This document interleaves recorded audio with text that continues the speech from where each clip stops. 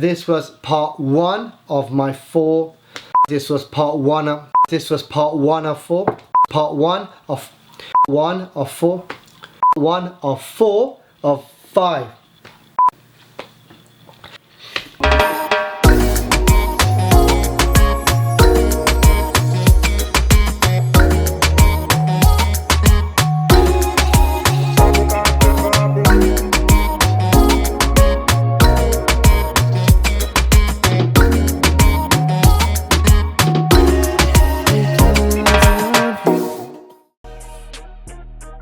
Easy guys, it's me bupssaggu. Welcome back to the channel and welcome to this episode. If you're already a subscriber, give yourselves a big up. If you're not, make sure you subscribe by the end of this video. In today's episode, I'm going to show you 5 tips, tricks and hacks that will speed up your workflow in Logic Pro X. Let's get straight into the video.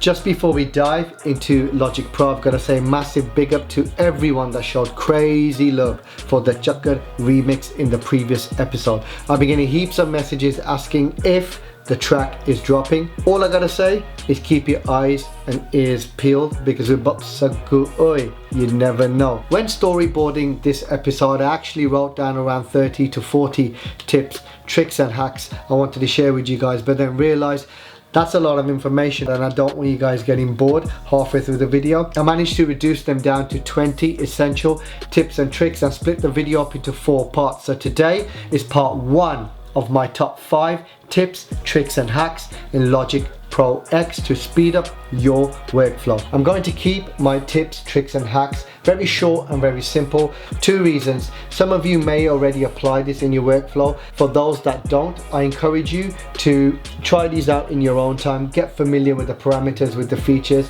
Apply it to the type of music you produce. So I encourage you guys to do that. That being said, this is tip number 1, enable advanced tools.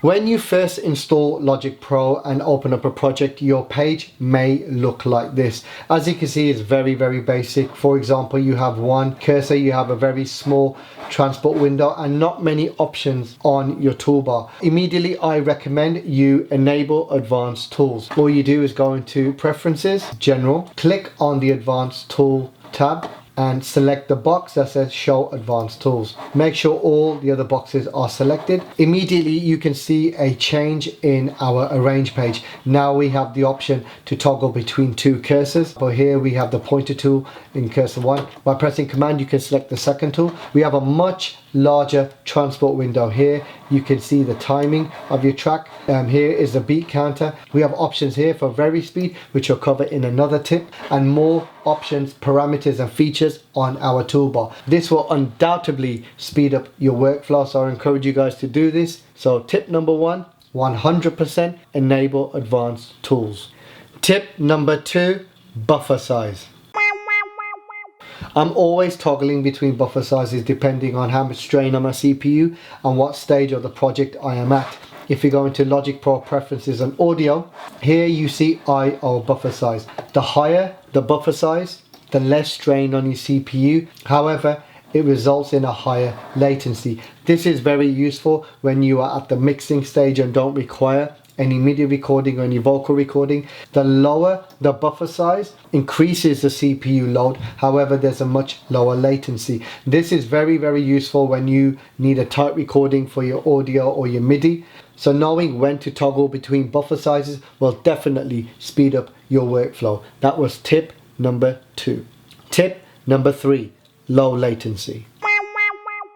Low latency mode is a very important feature when you want to capture a tight recording of your vocals or MIDI. I religiously use this feature in those scenarios. To enable low latency mode, right click on the toolbar, customize control bar on display and select low latency mode.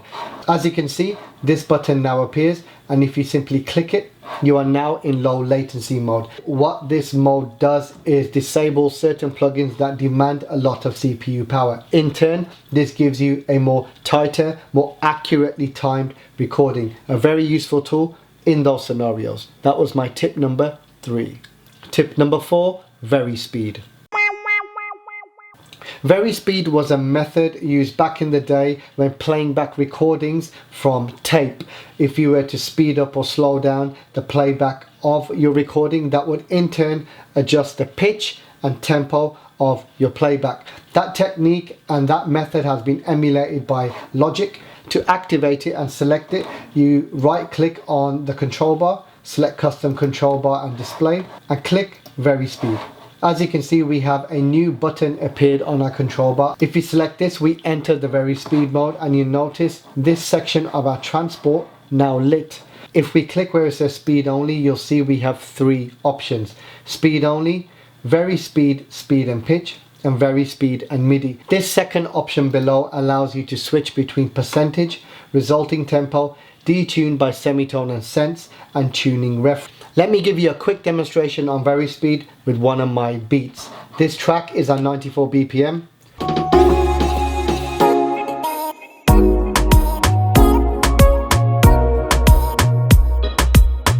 If we select speed only, what this does is allow you to speed up or slow the track down but retain the key. Increase our percentage by say 20%. We can also slow it down by minus 20%. Now let's select Very Speed, speed and pitch. This will allow you to speed up or slow down the song, in turn adjusting the pitch. Say for example we use resulting tempo. At 100 BPM, this is what it will sound like. 88 BPM. Now if we were to select the detune option, this track is in a D sharp. Say for example I wanted to hear the same song in a C sharp, I would minus it by 2 semitones. There's so many options when it comes to the Very Speed function. By far my favorite feature in Logic Pro, and my tip number 4. Tip number 5, bounce in place.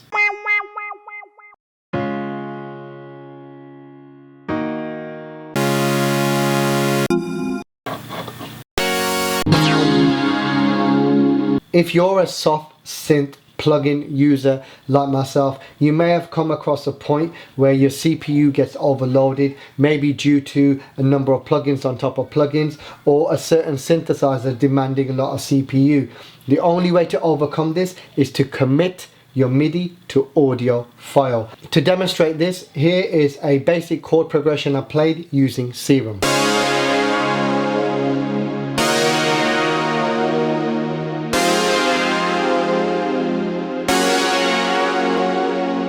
Now say that I'm happy with my recording and the sound, all I do is bounce region in place. If you hover your cursor over the MIDI recording, right click, bounce in place. We can name the file, so Serum chords. The previous source, which is our MIDI channel, we're going to mute it, bypass any effect plugins. There's no plugins on it, but usually if I do have plugins I leave them on. Include audio tail in file, normalize off, and OK. Our MIDI channel is now muted and we have this audio recording.